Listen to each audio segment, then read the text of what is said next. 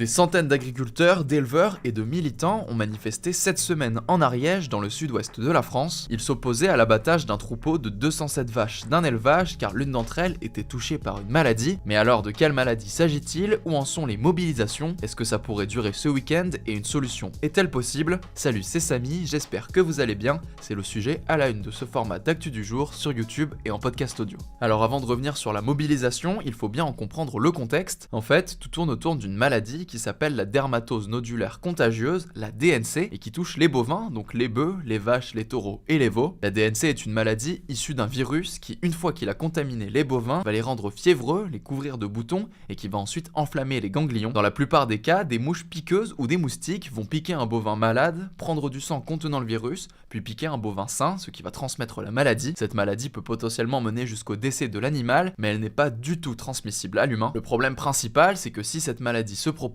elle peut en fait tuer des milliers d'animaux. Même si seuls quelques bovins semblent malades, les autres peuvent être infectés sans symptômes et les autorités estiment donc qu'il faut prendre des mesures pour éradiquer la maladie, comme l'abattage ou la vaccination obligatoire. Et si on parle de cette maladie aujourd'hui, c'est parce qu'elle est réapparue cette année pour la première fois depuis plusieurs années en France, précisément le 29 juin en Savoie, selon le ministère de l'Agriculture. Et après une certaine accalmie, cette semaine, de nouveaux cas de DNC ont été détectés dans 2 étables en Occitanie, dans le sud-ouest de la France, à la frontière avec l'Espagne. Un arrêté préfectoral a donc été pris ce mardi pour contenir et limiter la propagation de la maladie. Très concrètement, ces mesures obligent l'installation d'une zone réglementée dans laquelle des règles sanitaires strictes s'appliquent dans un rayon de 50 km autour du foyer pour limiter la propagation. Mais surtout, cette mesure entraîne l'abattage de tout le troupeau concerné. Il suffit qu'un seul animal soit infecté pour que l'entièreté du troupeau soit abattue, même s'il n'a pas encore été contaminé. Et c'est aujourd'hui ce qui se passe en Ariège et qui fait débat chez les agriculteurs. Un seul cas de DNC doit notamment y entraîner l'euthanasie de 207 bovins d'un élevage familial de 2 frères. Un autre foyer détecté dans les Hautes-Pyrénées implique également l'abattage d'une vingtaine de bovins. Et ce protocole est très contesté par plusieurs syndicats agricoles. Parmi les syndicats les plus opposés, on retrouve la coordination rurale, généralement classée à droite ou à l'extrême droite selon les branches, ou la confédération paysanne classée à gauche. Les 2 syndicats estiment que cette mesure est trop drastique et demandent que seuls les animaux contaminés soient abattus, tout en appelant à une vaccination généralisée et pas uniquement dans la zone où la contamination pourrait avoir lieu. De nombreux éleveurs estiment que les troupeaux abattus représentent des années d'investissement qui ne pourront pas être entièrement indemnisés. Pour beaucoup d'éleveurs qui ont aussi des liens avec leurs bovins, tuer des animaux sains est aussi très difficile à accepter et certains doutent également que l'abattage préventif soit toujours nécessaire ou efficace si des mesures alternatives comme la vaccination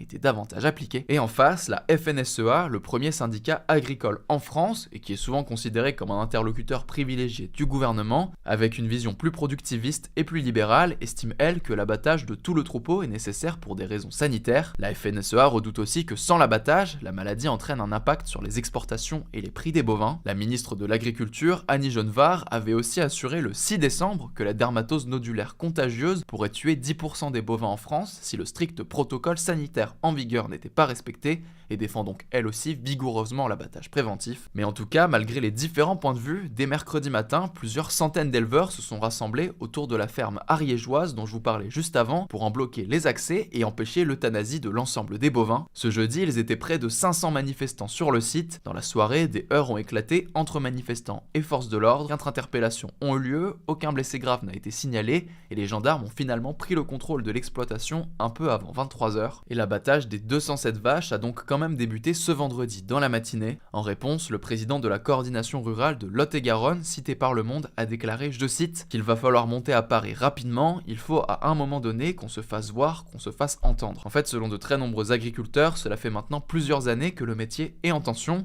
On avait déjà d'ailleurs fait plusieurs vidéos et reportages sur le sujet, et malgré les contestations, ils estiment que le gouvernement n'en fait pas assez pour aider l'agriculture française. De son côté, le gouvernement a décidé d'étendre la zone d'obligation vaccinale pour les bovins ce vendredi dans 8 départements du sud-ouest. En Ariège, le préfet a annoncé ce jeudi qu'une campagne de vaccination des 33 000 bovins du département allait débuter en fin de semaine prochaine. Le Premier ministre Sébastien Lecornu s'est lui aussi exprimé sur le sujet en affirmant ce vendredi « On va tout faire pour protéger nos élevages et nos éleveurs dans un moment très difficile ». Interrogée par Le Parisien, la ministre Annie Genevard a insisté sur le fait que l'abattage était, je cite, La seule solution est que si la maladie n'est pas maîtrisée, le virus pourrait même tuer, au bas mot, 1,5 million de bovins. La ministre relativise également en affirmant que l'abattage ne concernait que 0,02% des bovins en France. En réponse, la Confédération paysanne a appelé dans l'après-midi à des blocages partout en France, indiquant qu'un bras de fer avec la ministre de l'Agriculture avait été lancé. A noter qu'en plus des indemnités de l'État, une aide d'urgence pour les éleveurs touchés devrait aussi être mise en place par la région Occitanie. À voir donc si tout cela suffira à limiter la maladie et à calmer la colère des agriculteurs,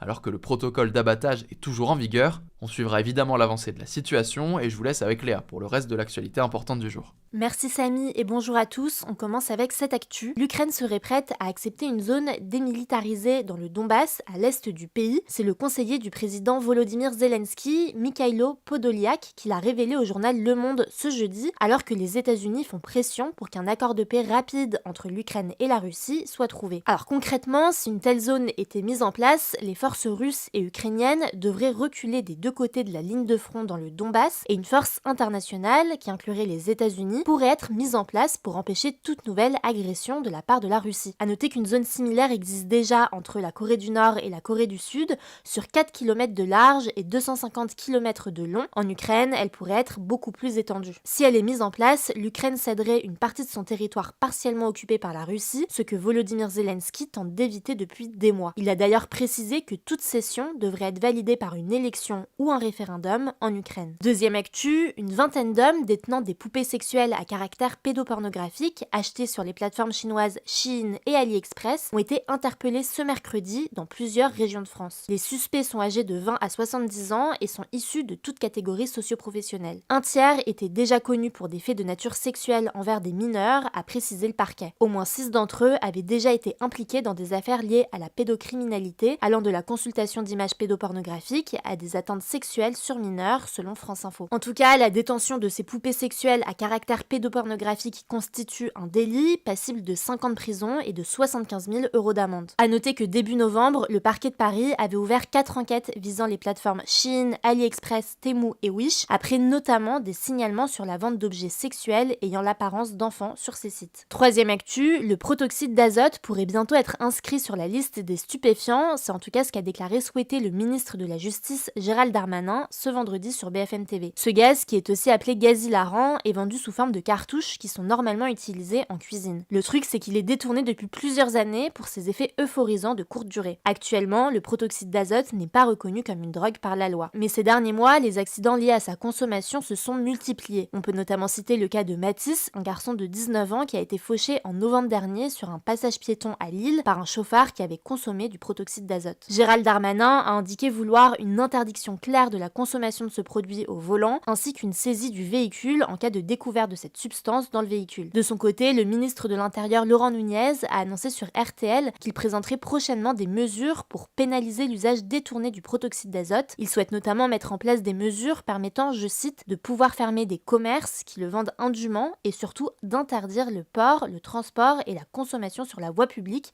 du protoxyde d'azote. Il a évoqué une mesure législative dans les jours à venir, on suivra ça. Quatrième actu, la femme qui avait porté plainte pour viol contre l'humoriste Harry Habitant fin 2021 s'est dite blessée par les récents propos de Brigitte Macron. Alors pour ceux qui n'auraient pas suivi, lors d'un spectacle d'Harry Habitant à Paris samedi dernier, des militantes féministes sont intervenues pour protester, interrompant la représentation. En réaction, Brigitte Macron a déclaré, alors qu'elle allait voir le spectacle le lendemain, je cite, « S'il y a des sales connes, on va les foutre dehors », selon une vidéo publiée par le média Public ce lundi. La plaignante, qui est âgée de 27 ans aujourd'hui, a indiqué au journal Le Monde que ses propos ravivent des souffrances profondes et amplifient, je cite, un traumatisme avec lequel elle doit vivre chaque jour. A noter que sa plainte pour viol avait débouché sur un non-lieu, donc un abandon des poursuites. Parallèlement à cette affaire, la Miss France 2011 Laurie Tillman, qui est aujourd'hui animatrice télé, s'est exprimée pour la première fois sur Instagram à propos d'un baiser forcé d'Harry Habitant lors d'une émission en 2013 et dont les images ont ressurgi suite aux propos de Brigitte Macron. Elle a écrit, je cite à nouveau, « Je redécouvre ces images 14 ans après, j'avais 20 ans, j'en ai aujourd'hui 34, mais le traumatisme est intact. À l'époque, je n'ai rien dit, je n'ai rien fait, par peur, par honte, parce que le consentement, il y a 14 ans, on n'en parlait pas. 5e actu, il y a 10 ans jour pour jour, le 12 décembre 2015, l'accord de Paris était adopté à l'issue de la COP21, un sommet international pour le climat. Les pays s'étaient engagés à limiter le réchauffement climatique d'ici 2100 à un niveau bien en dessous de 2 degrés par rapport à 1850, en ciblant idéalement une hausse inférieure à 1,5 degré par rapport au niveau pré-industriel. Au-delà de ce seuil, les scientifiques estiment que certains écosystèmes, comme les coraux ou la banquise par exemple, pourraient être perdus de façon définitive. Problème, en juin, l'objectif de limiter à 1,5 degré le réchauffement climatique par rapport au niveau de l'ère pré-industrielle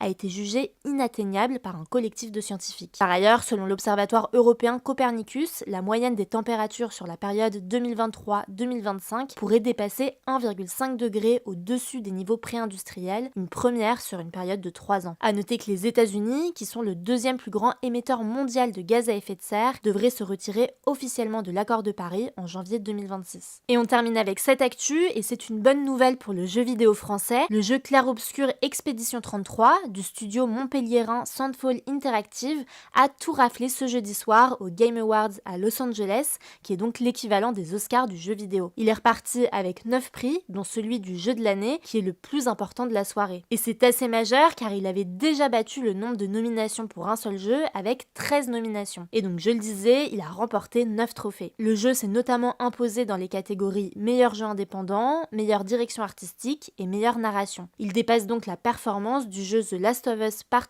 2 qui avait remporté 7 prix en 2020. Alors si vous ne connaissez pas, Clair-Obscur Expédition 33 suit des héros qui tentent de briser la malédiction d'une artiste qui chaque année efface une génération entière. C'est un RPG, autrement dit il se joue au tour par tour. Il est marqué par une direction artistique très picturale, les scènes sont imaginées comme des tableaux de l'époque médiévale. Et c'est d'autant plus inédit que c'est la toute première création du studio. Bref, si vous voulez en savoir plus, c'était à la une de notre podcast des actus culturelles ce jeudi, le lien est en description. Merci Léa pour ces actus, c'est tout pour aujourd'hui. Merci encore de nous suivre chaque jour et n'hésitez pas à vous abonner sur YouTube, TikTok ou encore Instagram. D'ici là, prenez soin de vous, prenez soin de vos proches et je vous dis à demain.